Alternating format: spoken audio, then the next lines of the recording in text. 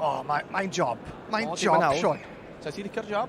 Dim o gwbl. Wel, fydden ni wrth o modd yn cael yn neud, a mi fydden ni'n fraint, ond... Tybod, mae lot o bwysau ar ysgwyddau rhywun yn dweud. Wes. Ond mae'r fraint wedi dod i nhw, achor y teg mae'n un. Gymod, dangos pa mor dda dyn nhw yn ei maes. Ac mae'r beirniad nawr yn mynd i gyfarch y dorf. Cyn mynd ati i ddewis prif Pencampwriaeth Heffrod yn y ffair eaf eleni.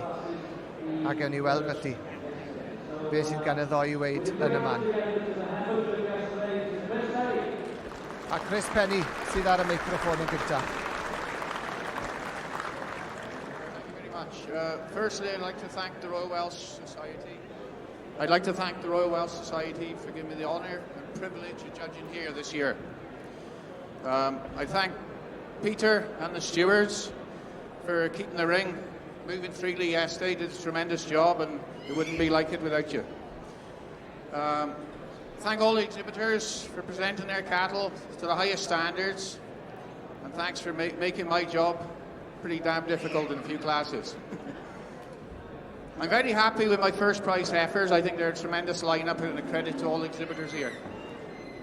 I've gone for a combination of meat, correctness and style. Really looking for that overall show beast and not just the carcass.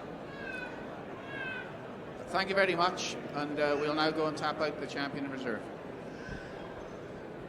Wel, dyna ni, Chris Penny. Yn sôn am yr hyn, mae wedi bod yn chwilio am cywirdeb, steil, a'r cyfuniad yna o gig hefyd yn y llefydd cywir. A mae nawr a Trevor Lyons yn mynd i fynd ati i roed ei llaw ar prif Pencampwriaeth Heffrod yn y ffair eaf eleni. Pwy sy'n mynd i fynd â hi? Le maen nhw am fynd? Dyna'r cwestiwn ar wefusau pawb, Sion. Maen nhw'n dod fyny at y bridiau cynhenid. Maen nhw'n mynd o lawr. A dyna ni!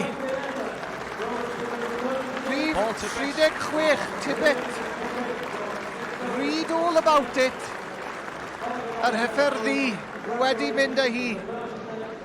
Wel, Sion, beth am o'r heifer yma? Mae'n heifer llydan iawn, cywir iawn, ac yn cario'n dda ar ei thop. Mor siapus yn dwi. Mae'n siap ar benni. Heifer, un o'r Heffrod lleta sydd yn yma eleni, dweud y gwir. A'r gil wobr yn mynd i rif 28 yn y dosbarth yma. Mae'r ail wobr yn dod mewn wan.